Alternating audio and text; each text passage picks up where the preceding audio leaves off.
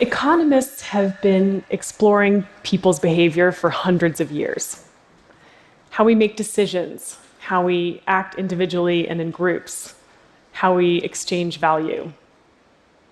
They've studied the institutions that facilitate our trade, like legal systems, corporations, marketplaces.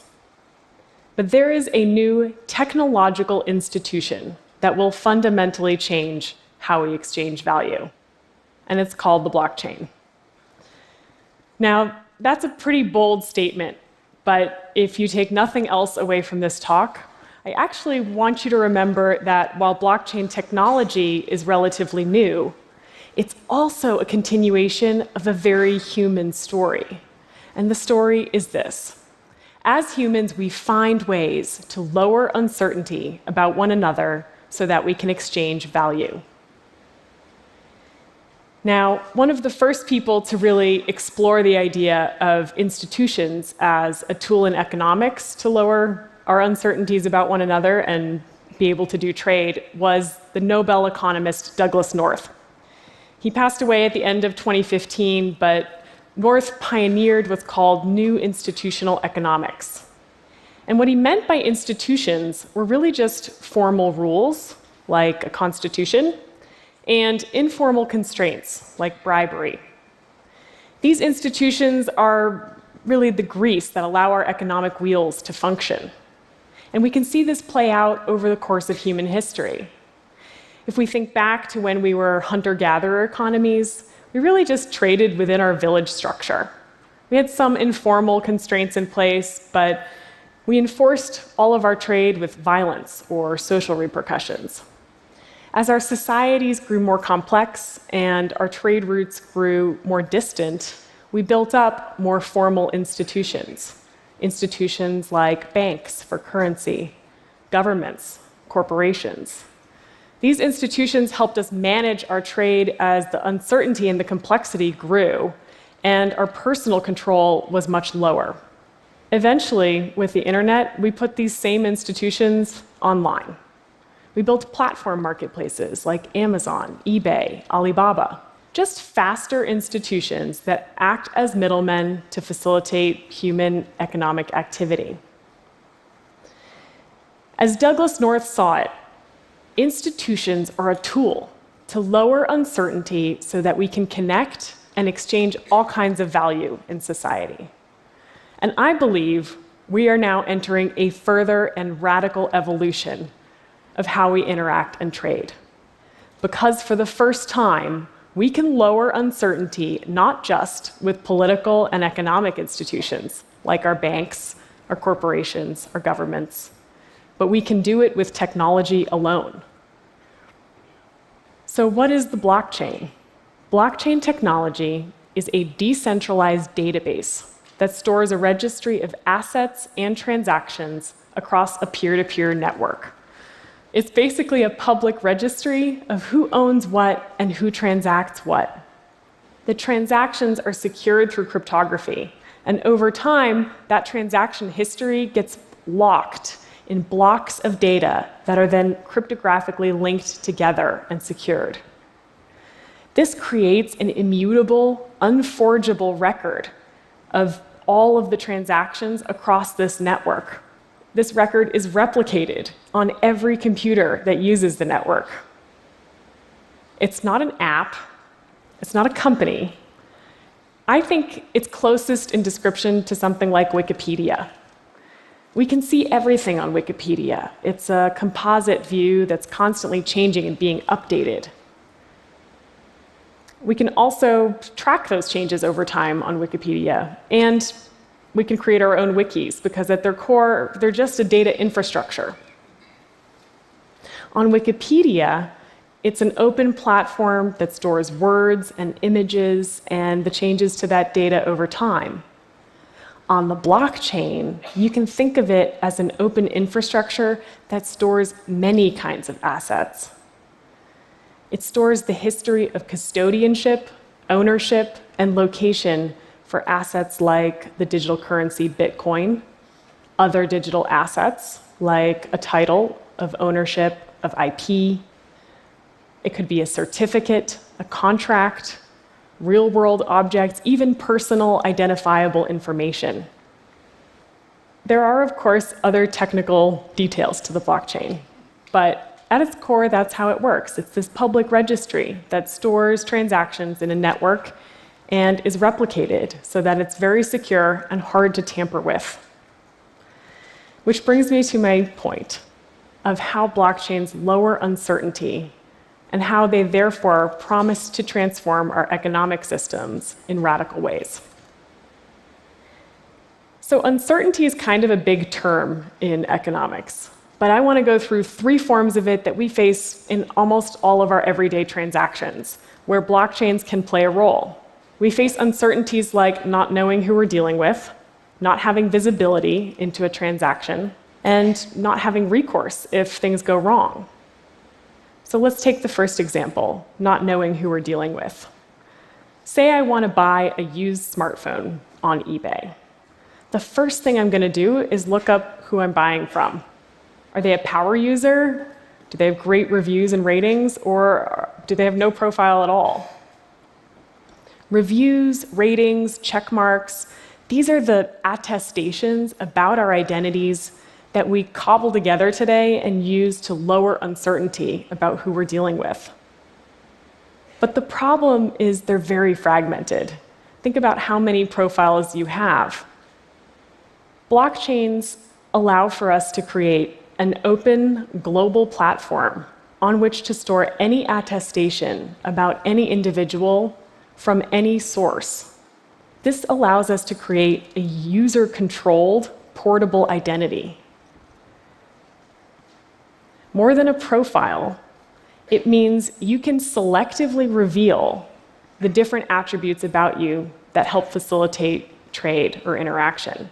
For instance, that a government issued you an ID, or that you're over 21, by revealing the cryptographic proof that these details exist and are signed off on. Having this kind of portable identity around the physical world and the digital world means we can do all kinds of human trade in a totally new way. So I've talked about how blockchains could lower uncertainty in who we're dealing with. The second uncertainty that we often face is just not having transparency into our interactions. Say you're going to send me that smartphone by mail. I want some degree of transparency. I want to know the product I bought is the same one that arrives in the mail and that there's some record for how it got to me.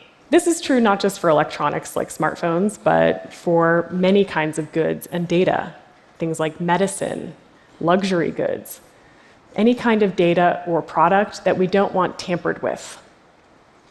The problem in many companies, especially those that produce something complicated like a smartphone, is they're managing all of these different vendors across a horizontal supply chain. All of these people that go into making a product, they don't have the same database. They don't use the same infrastructure. And so it becomes really hard to see transparently a product evolve over time. Using the blockchain, we can create a shared reality across non-trusting entities. By this, I mean all of these nodes in the network do not need to know each other or trust each other because they each have the ability to monitor and validate the chain for themselves.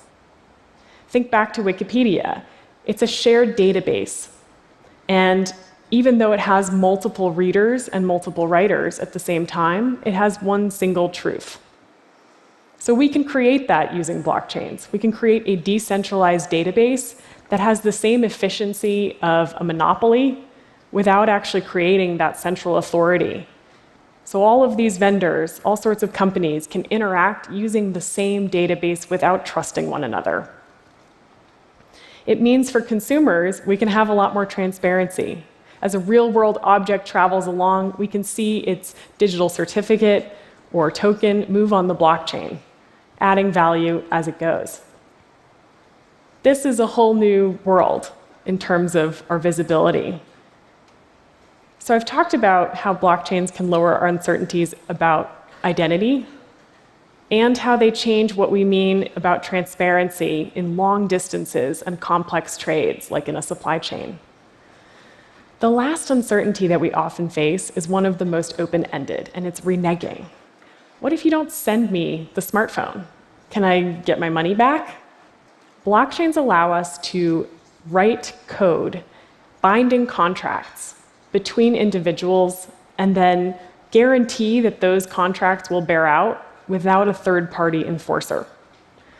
So if we look at the smartphone example, you could think about escrow. You are financing that phone, but you don't need to release the funds until you can verify that all the conditions have been met. You got the phone.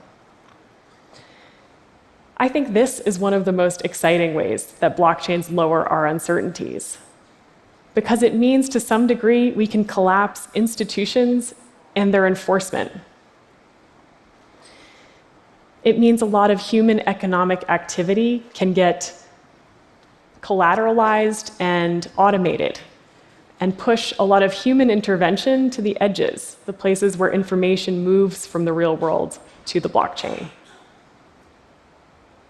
I think what would probably floor Douglas North about this use of technology is the fact that the very thing that makes it work, the very thing that keeps the blockchain secure and verified, is our mutual distrust. So rather than all of our uncertainties slowing us down and requiring institutions like banks, our governments, our corporations, we can actually harness all of that collective uncertainty and use it to collaborate and exchange more and faster and more open. Now, I don't want you to get the impression that the blockchain is the solution to everything.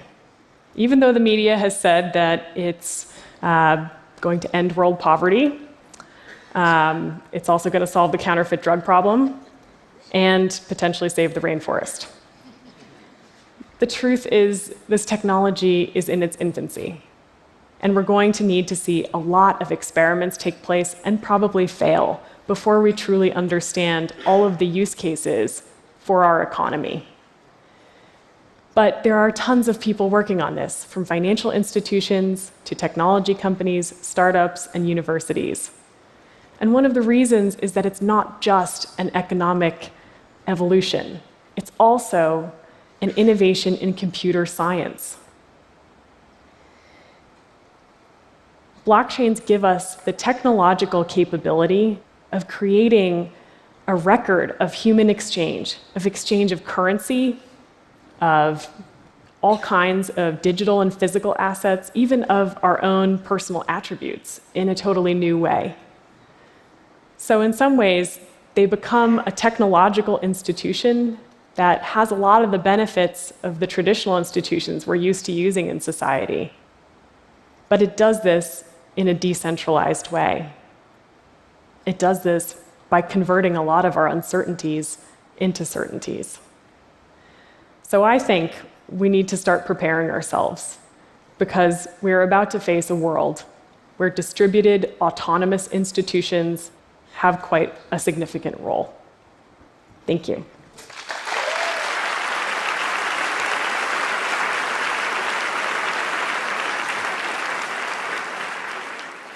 Thank you, Bettina. I think we understood that it's coming, it offers a lot of potential, and it's complex.